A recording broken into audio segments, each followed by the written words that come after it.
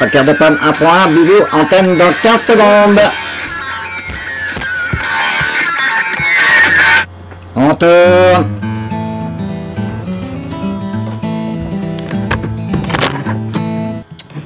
Chers auditeurs, bonjour et bienvenue pour ce second numéro de Croqueur de pommes. Ah, excusez-moi, oui. Écoutez, un message de la production que je découvre en même temps que vous, hein, les aléas du direct enregistré. Veuillez excuser les productions Biboostar pour la non-diffusion du programme court Croqueur de pommes sur son antenne à la date prévue.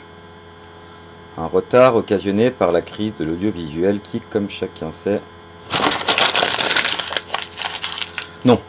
Non, chers auditeurs, je ne jouerai pas le jeu de l'hypocrisie avec vous. Ne serait-ce que par éthique personnelle et par respect pour vous qui me suivez si nombreux.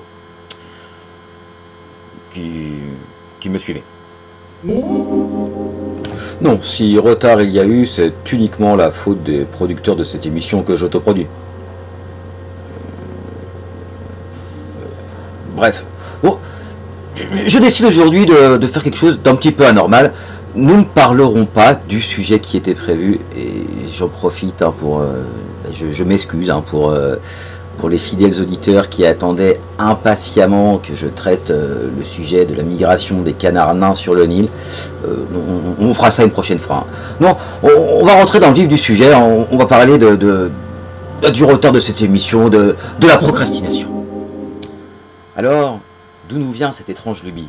Je vous le demande. Pourquoi repousser les choses au lendemain? J'entends ici bien sûr les choses pénibles, les corvées.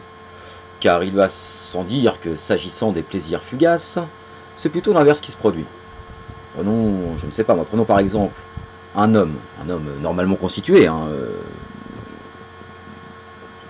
par exemple, bon, face à une sublime créature dévêtue, voyant son orgueil gonflé, ainsi que son petit soldat, eh bien, au garde à vous, il est rare que ce dernier repousse au lendemain le départ au front.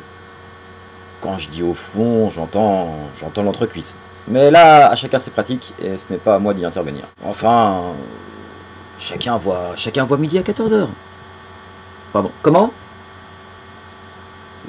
L'expression c'est midi à sa porte. Oui, bah je le sais. Enfin, comme je le disais, chacun voit midi à 14h à sa porte.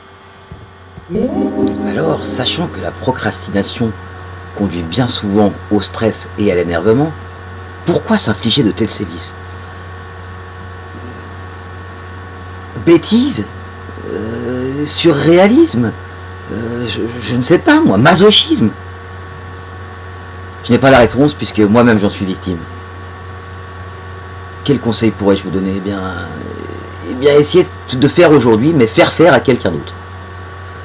Allez, à bon entendeur, salut, et je vous dis à la semaine prochaine pour une prochaine édition de Croqueur de pommes. Enfin, la semaine prochaine ou la semaine d'après.